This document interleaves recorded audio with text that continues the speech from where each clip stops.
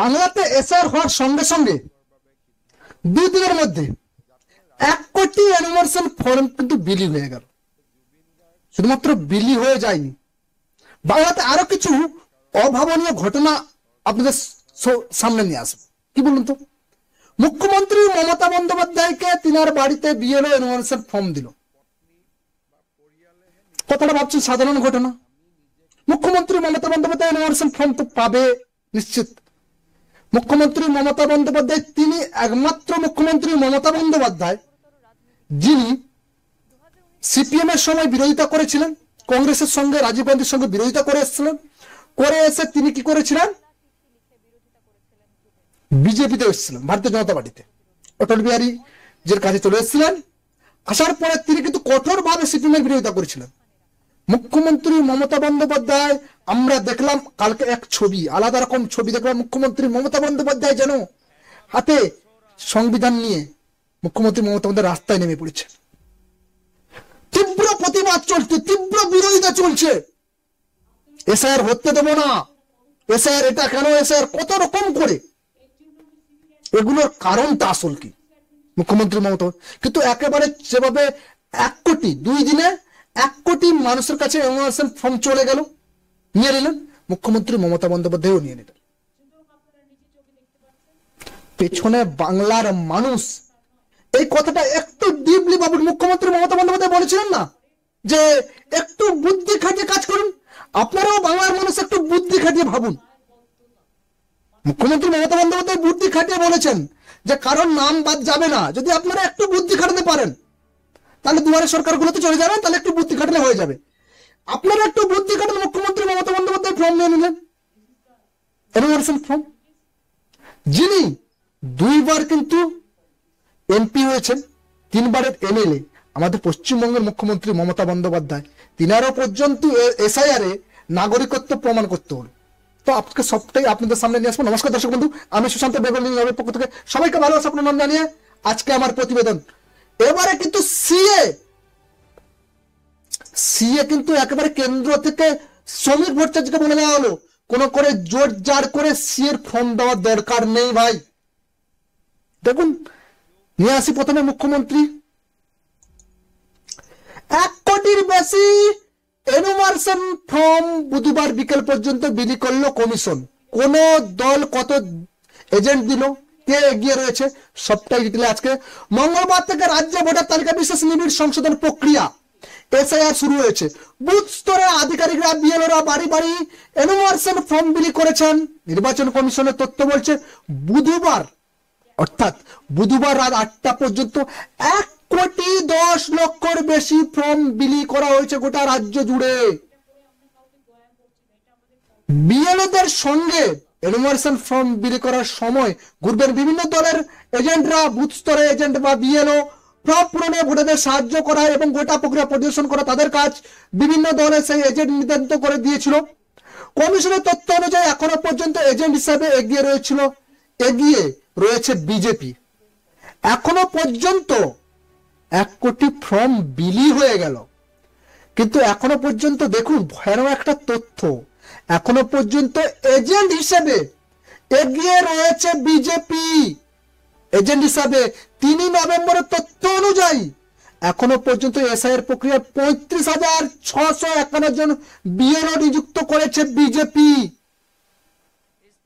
বুঝতে পারছেন বিজেপি কিভাবে কাজটা করছে? আমি বলছি না, এটা আমার মুখের কথা নয়, রিপোর্ট থেকে বলছি।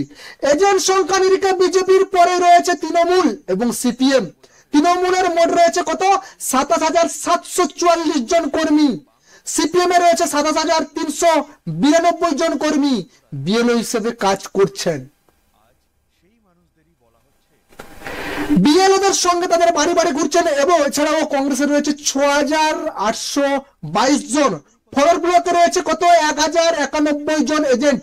কমিশনের তালিকা রয়েছে এখনো পর্যন্ত মোট বিএলওর সংখ্যায় 98,700 জন। তবে এই পরিসংখ্যান বদলাতে পারে, কারণ আগামী দিনে বিভিন্ন দলের এজেন্ট সংখ্যা বৃদ্ধি করতে পারে।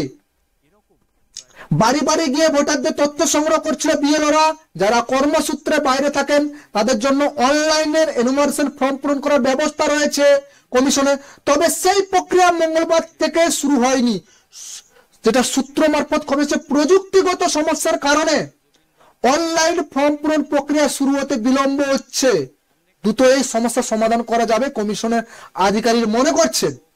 কমিশন ইতিমধ্যে এসআইআর ম্যাপিং শেষ করেছে। এসআইআর হয়েছিল তখন ভোটার তালিকার সঙ্গে চলতি বছরের সর্বশেষ প্রকাশিত ভোটার তালিকা মিলিয়ে দেখা, এর কাজ শুরু করে দেওয়া। পশ্চিমবঙ্গে শেষবার এসআইআর হয়েছিল 2002 সালে। সেই সময়ের ভোটার তালিকার তথ্য রাজ্যের মুখ্য নির্বাচন আধিকারিক দপ্তরের ওয়েবসাইটে প্রকাশ করা হয়েছে। এই রাজ্যে 294টি বিধানসভা কেন্দ্রে মোট ভোটার সংখ্যা প্রায় 7 কোটির বেশি। সিও দপ্তর সূত্রের খবর, পশ্চিমবঙ্গে এসআইআর ম্যাপিং ক্ষেত্রে সোমবার পর্যন্ত 2,45,00,000 ম্যাপিং এ উঠে আসছে, যে মিল পাওয়া গেছে। 2,45,71,114 জন ভোটারের তথ্যগত এসআইআর তথ্যের সঙ্গে মিলেছে। শতাংশের বিচারে 32.6%, বাকিদের এখনো বাকি রয়েছে। আর যে খবর আপনাদেরকে আরো কয়েকটা খবর,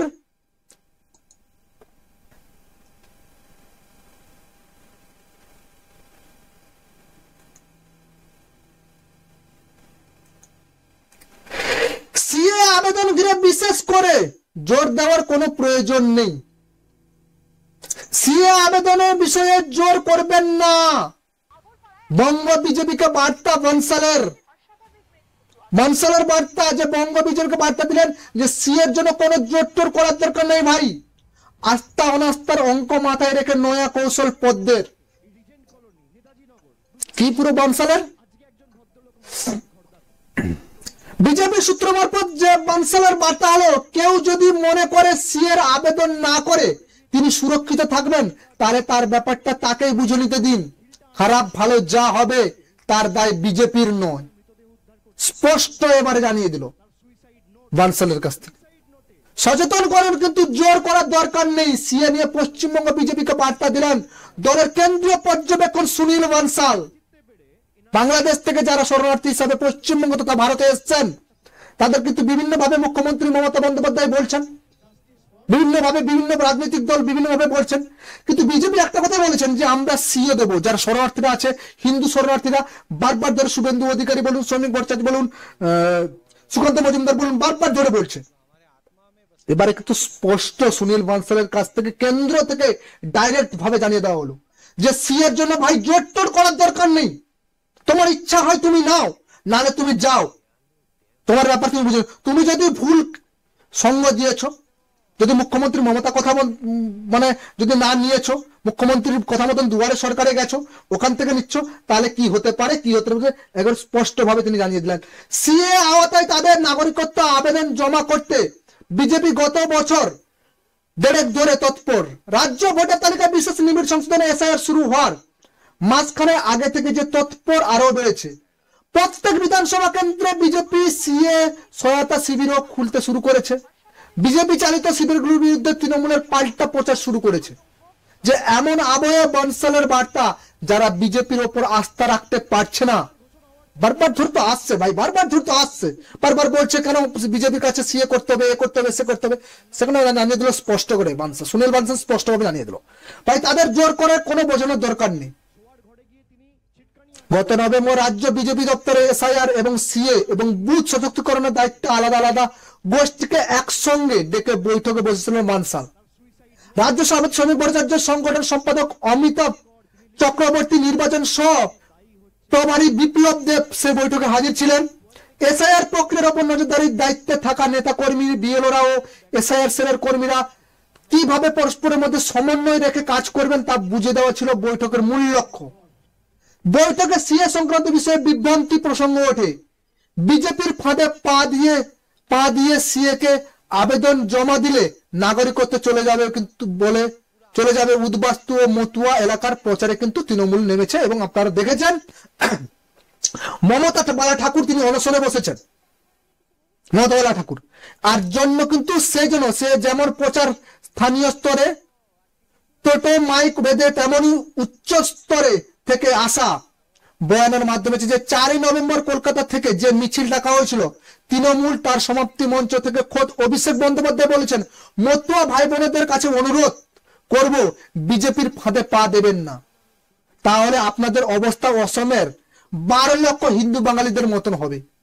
ওটা তৃণমূলের এই প্রচারে যে অনেক মনে সংশয় তৈরি হয়েছিল তা বিজেপি নেতারা জানেন, কিন্তু সেই সংশয় কাটাতে তৃণমূলের চেয়েও জোর গলায় বিজেপি প্রচার শুরু করা উচিত কিনা তা নিয়ে দলের মধ্যে আলোচনা হয়েছিল, যে তৃণমূল যেহেতু বলছে তা এই কথা বলছে তো তার বিরুদ্ধে কি প্রচার করা উচিত। তো বিজেপি সূত্রে বানসালের বক্তব্য সার কথা হলো, যারা সিএ আয়তে নাগরিকত্ব আবেদন জমা দিতে চান তাদের সহযোগিতা করুন, যারা জমা দিতে চান না তাদের ছেড়ে দিন।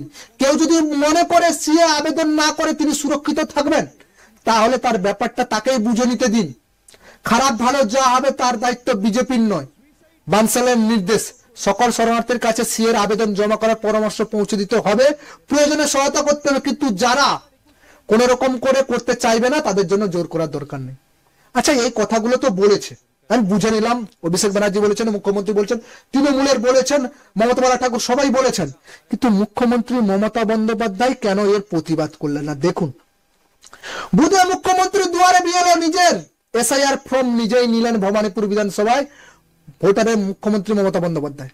বুধবার মমতা কালীঘাটের বাসভবনে পৌঁছে নির্বাচন কমিশনের বুথ স্তরের অফিসার বিএলও মুখ্যমন্ত্রী মমতা নিজে হাতে বিএলওর কাছ থেকে নিয়েছেন এসআইআর এর ফর্ম।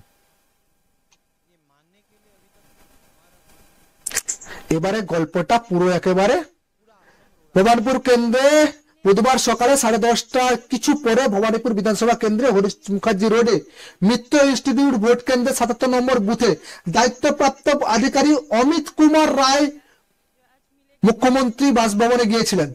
পরিচয়ে ঢুকতে অমিতের পদ আটকান পুলিশের কর্তব্যরত অধিকারীরা।